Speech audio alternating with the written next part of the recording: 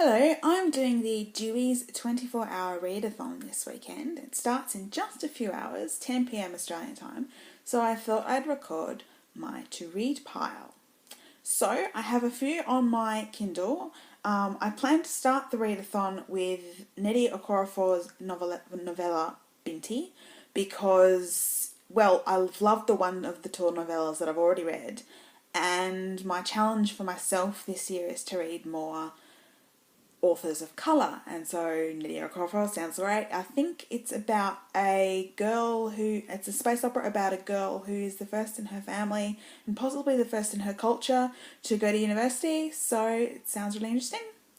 I also have on my Kindle Half Off Ragnarok by Seanan McGuire, which I think is the third of the Encrypted series. The Encrypted series so far has been like candy to my brain. I love them, particularly the Aislinn mice. The Aislinn mice are fantastic, so I'm looking forward to having a go at that. I also have Without a Summer by Mary Robinette Kowal, which is the third of her Glamorous Histories books, which, is basically Jane Austen with magic, which, how could you get anything better?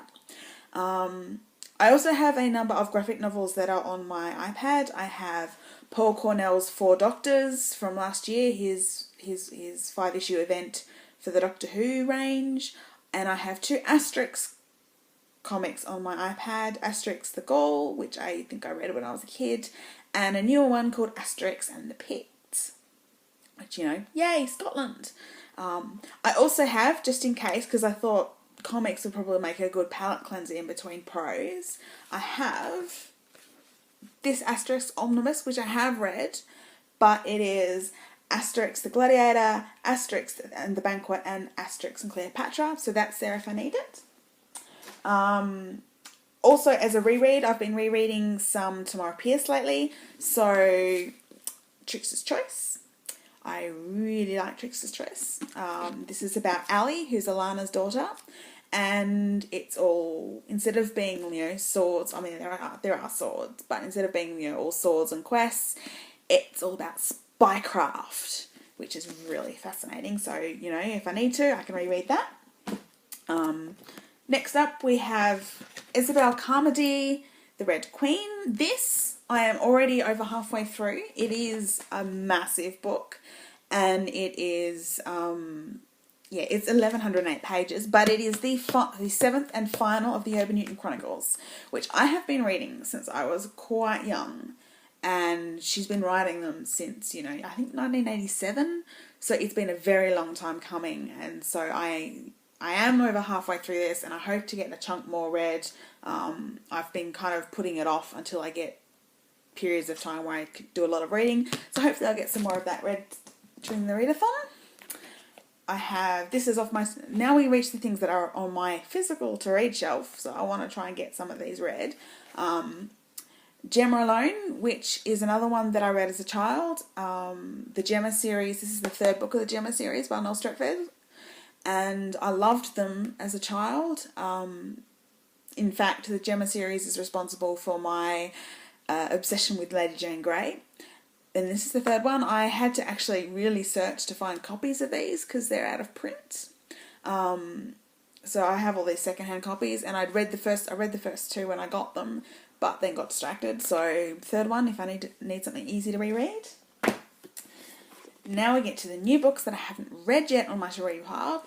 We have A Phryne Fisher Mystery, The Green Mill Murder, which, I love Miss Fisher. I discovered it's Kerry Greenwood, which is an Australian author, and I discovered Miss Fisher with the TV series last year, which I've watched just over 2 series of. I haven't finished series 3 yet, but they're really, the novels are really quite again, they're candy to my brain. They're really quick. It's a really quick read. I can read one of these in a couple of hours and it's fine. So looking forward to that. Just in case I want something a little bit non-fictional, I have Judi Dench's biography and Furthermore. So, I've loved pretty much every film I've seen Judi Dench in. I think she was amazing as M. So that sounds like it's really interesting. It's just pretty much her talking about, her career. and reminiscences of her family. So that could be interesting.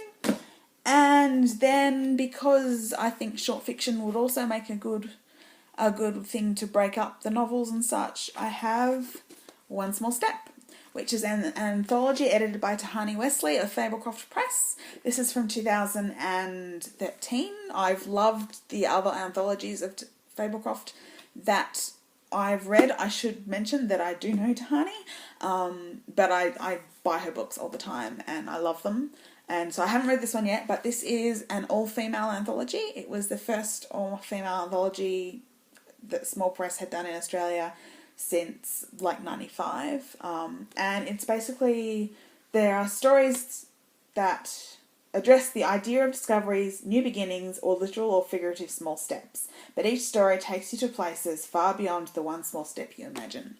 So that sounds really fascinating. I'm pretty sure there are some amazing authors in here. Yeah, Deb B. and Cuddy, and Lisa Hannett and Angela Slater, and Kat Sparks, and Tansy Rayner Roberts, and Thoraya Dyer, and Faith Mudge. So yeah, some absolutely amazing authors in that, and so that is also on my list. That's pretty much my to-read pile for the Dewey's Read-a-thon, and I'm really looking forward to spending most of 24 hours reading. I will sleep, but yeah, I'm really looking forward to this. Okay, bye.